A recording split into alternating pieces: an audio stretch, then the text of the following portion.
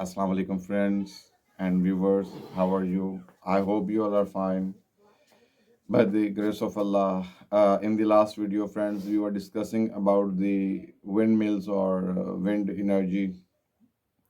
Now, with continuity of that topic, let's start our today's topic about the thermal power plant, how it's work, and what is thermal power plants. So without wasting our time, let's start our topic. First of all, please watch my complete video and don't forget to subscribe my channel.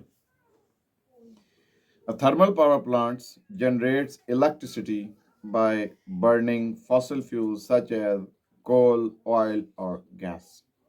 The heat produced by the burning is used to create steam, which then drives a turbine to generate electricity. The steam is cooled and condensed back into water, which is used in the process. As we know, in a power plant, electrical power is obtained from the fuel being used. A thermal power plant makes use of coal to boil water and produce steam.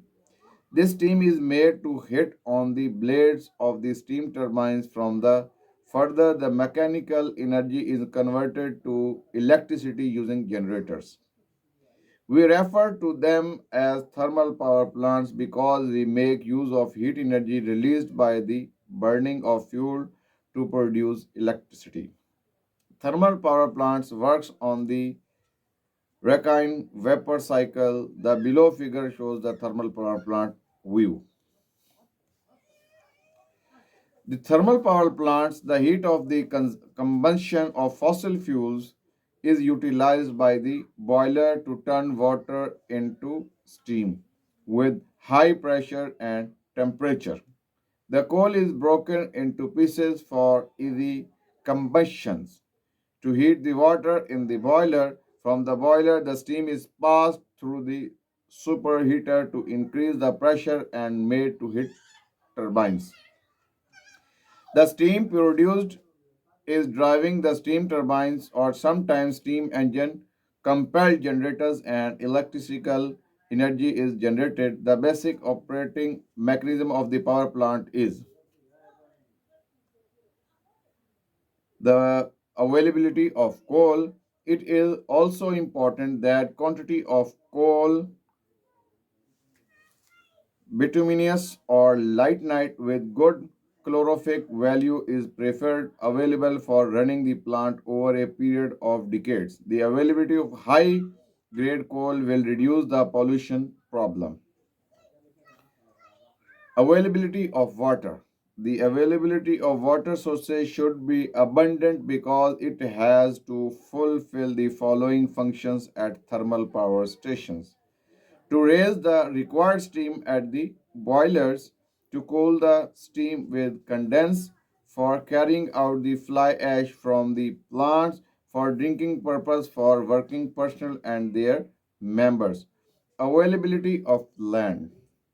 The land selected should be able to bear the large capacity of the boiler, turbine generator, etc.